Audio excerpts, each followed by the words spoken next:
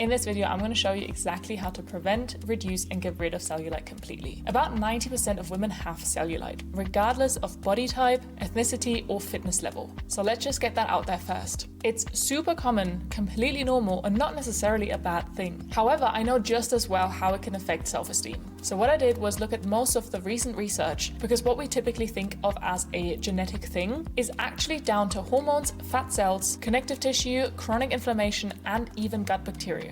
So keep watching to find out exactly how to influence, prevent, improve, and visibly reduce your cellulite, if not completely get rid of it. Let's first understand what's happening underneath the skin's surface. Your skin has 3 layers, and the cellulite forms when fat cells in the hypodermis push upwards into the dermis, creating those visible dimples. Now, for us women, the connective tissue that holds our fat cells runs vertically, while in men, they run more like crisscross diagonal. This gives them a much more rigid cage around their fat. And this very simple difference is the reason why cellulite is almost exclusively seen in women and not men. Now, because cellulite is more of that connective tissue issue rather than simply a fat issue, an analogy that really helps understand kind of the cause of it is imagining a spring mattress. In this mattress, the springs are the connective tissue, also called fascia. The fabric is your skin, and the stuffing in between the springs are your fat cells.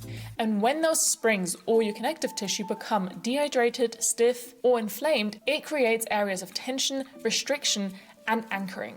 And as a result, they pull down the surface while the swollen fat cells push up in between. And that pull-push dynamic is what creates those dimples on your skin. Now that we know that, the question arises, what triggers the connective tissue to become stiff and inflamed in the first place? Dehydration plays a major role. The majority of your fascia is water.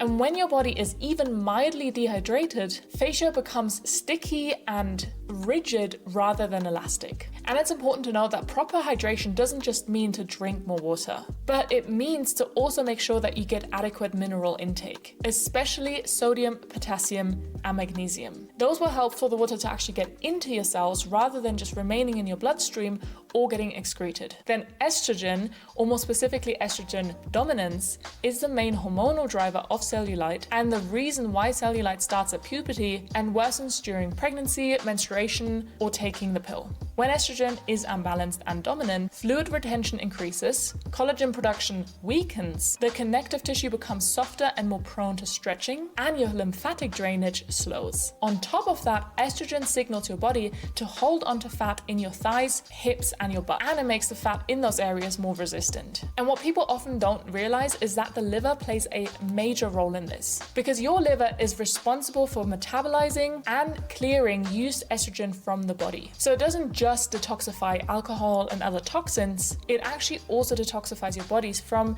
excess and used hormones like estrogen. But when your liver is at capacity and overloaded from things like alcohol or poor gut health or nutrient deficiencies or chronic stress, estrogen gets sent back out there and recirculates rather than being eliminated, making you estrogen dominant, which again leads to increased cellulite visibility. So it's super important that you give your liver the love that it deserves and support your detox pathways if you want to get rid of cellulite. Another trigger is chronic low-grade inflammation, especially within fat tissue itself. Fat cells are not passive storage units. They are metabolically active and communicate with your immune system. And what happens when fat tissue becomes inflamed is that it sends out inflammatory signaling molecules that further damage collagen and impair circulation. This creates this vicious cycle where inflammation weakens connective tissue, which worsens cellulite, which then further restricts circulation. Plus, the inflammation also makes your fat cells swell up more,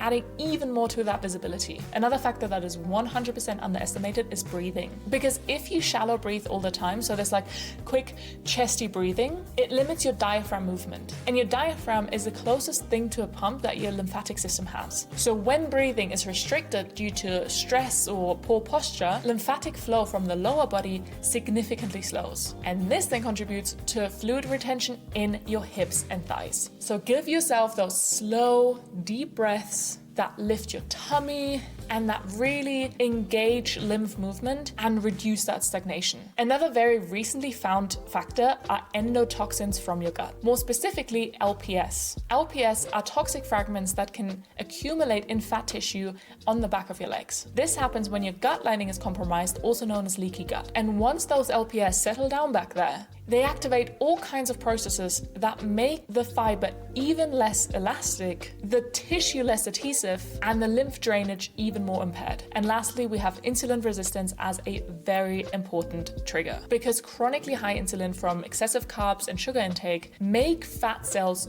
grow bigger in size. And when your fat cells literally balloon in size, they push harder into the dermis above, making cellulite even more visible. So to sum up, the things that we need to target in order for us to get rid of our cellulite are hydration, balancing our estrogen and supporting our detox pathways, supporting our liver, lowering chronic inflammation, breathing slower and deeper, healing our gut, decreasing our high insulin levels, and supporting our lymph and blood flow. That doesn't sound like a lot at all. Seriously though, keep watching, because I'm about to give you all the actionable tips to get rid of your cellulite, and you'll probably be surprised of how interconnected they are and how one tip supports much more than just one of those areas, and how you can easily kill pretty much 6 birds with one stone. Temperature exposure will probably become your best friend. Cold exposure causes blood vessels to constrict, temporarily reducing circulation, while warmth increases blood flow and the tissue elasticity. So when you do things like contrast showers, where you shower off warm and then finish off cold, or using a sauna and then going into the cold plunge afterwards, your circulation and lymphatic movement will love you for it. Just make sure that you finish on cold, not warm. Then massages are also great, whether it's manual or with things like a foam roller or cups, especially those exercises that target stimulating the fascia underneath, improving circulation, and encouraging lymphatic drainage. Just make sure that you stay gentle, because anything too aggressive or even painful will actually increase inflammation and cortisol, which would be completely counterproductive. And personally, my power weapon is dry brushing. So using a massage brush to brush from my feet and hand upwards towards my heart before taking a shower, and spending some extra time on the back of my legs where I go in like circular motions. But you can watch this video here where I will go much more into detail into like instructions and how I exactly do it. And then prior to my wedding, actually, I used a body lotion that contained caffeine, especially after doing the dry brushing and showering. And even though those results will be much more short term, I thought they were giving me the biggest difference and like immediate results, especially before an event like my wedding. Then exercise, of course, plays a crucial role as well, especially resistance training, because any muscle growth will essentially fill those gaps underneath your skin with firm tissue, which can definitely reduce the visibility of cellulite. Strength training also improves the local blood flow, reduces insulin resistance and chronically elevated insulin levels, and stimulates collagen production. I would aim for at least 3 sessions per week, targeting specifically your legs, hamstrings, and glutes. And the best exercises you would focus on are compound movements that build overall lower body muscle, any glute targeting exercises, anything that engages your hamstrings and glutes, and functional movement with very high glute tension. But even cardio is super important. Even though cardio doesn't necessarily resolve cellulite, it improves microcirculation, reduces chronic inflammation, supports fat loss, and reduces fat cell volume, and improves lymphatic drainage, all of which we know are drivers of cellulite. You should aim for 30 to 40 minutes of moderate intensity cardio 3 to 5 times a week. So anything like walking, cycling, swimming, jogging, even interval training, all great. Then of course we need to talk about nutrition to support your gut health, control blood sugar, and reduce inflammation. And although you will find a ton of videos going into much more detail with all kinds of nutrition tips on my channel, here's what you should focus on. In general, as so often, ideally you want to eat 80% of whole foods that are high in fiber, polyphenols, and fermented foods, and obviously reduce processed foods. If it didn't exist 1,000 years ago, it's probably not that great for you. But to get more specific, you want to eat to keep your insulin low and control your blood sugar. So legumes, oats, sweet potatoes, and vegetables all digest slowly and therefore slow down your insulin response. You also want to focus your meals around fiber and high quality protein to avoid those blood sugar spikes, and anything like white bread, pastries, sugary drinks, sweets, and processed foods and all that, all trigger rapid insulin spikes. They also typically contain emulsifiers and preservatives that will disrupt your gut barrier even more, so they're best to be avoided. Oh, and also excess sodium promotes fluid retention, so it can make cellulite actually more visible. Then to tackle inflammation, here's some anti-inflammatory foods, but I will link a whole video on my top 10 anti-inflammatory food groups up here. On top of that, getting enough protein is super crucial because your body uses amino acids to synthesize collagen. So without protein, you not only slow collagen production, but existing collagen also doesn't get repaired. So you want to aim for about 1.2 to 1.6 grams of protein per kilograms of body weight daily, especially when you're exercising. And I personally say to prioritize complete protein sources containing all the essential amino acids like eggs, chicken, fish, beef, Greek yogurt, cottage cheese, or even pairing legumes with grains. Or you could consider an amino acid supplement if you want to eat mainly plant-based protein sources. And lastly,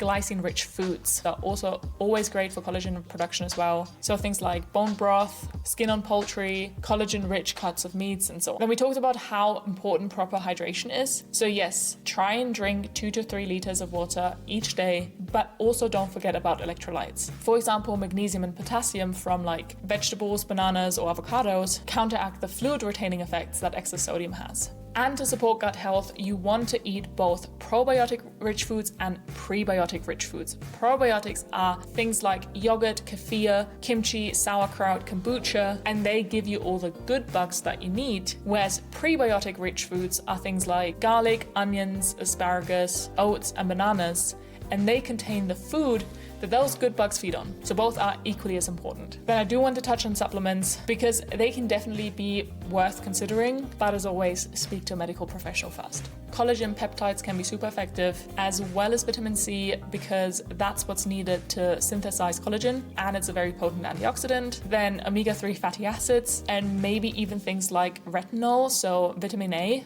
but topical. So any kind of skin treatment, because this can actually reduce the development of new fat cells, thicken the skin layer that overlays the fat, and also improve skin texture and smoothness. Here's a little cheat sheet of all the kind of tips and treatments, so get ready to screenshot. If you do implement all these tips from this video, here's a realistic timeline of results that you should expect. But I want you to know that it will always come down to being consistent with all these combined interventions. And it will never be about just this one single cream, device, food, or supplement. That's just not how it works. And in addition, please allow yourself to have realistic expectations. Cellulite definitely also has a very large and strong genetic component. Your connective tissue architecture, estrogen sensitivity, and fat distribution are all very much so inheritable. So yes, all the tips in this video will reduce the severity if you do them consistently, but complete elimination might be unrealistic for most people. And please remember what I said in the beginning, that 90% of all women have cellulite. So you might as well do what you can and what's in your control if it bothers you, but otherwise embrace it and remind yourself that it's not a bad thing and completely normal. And if you now want to know how I healed my acne and got clear skin and repaired my skin barrier in 10 days after struggling for years, if not decades, then you can watch this video next. Thank you so much for watching. I'll see you over there. Bye.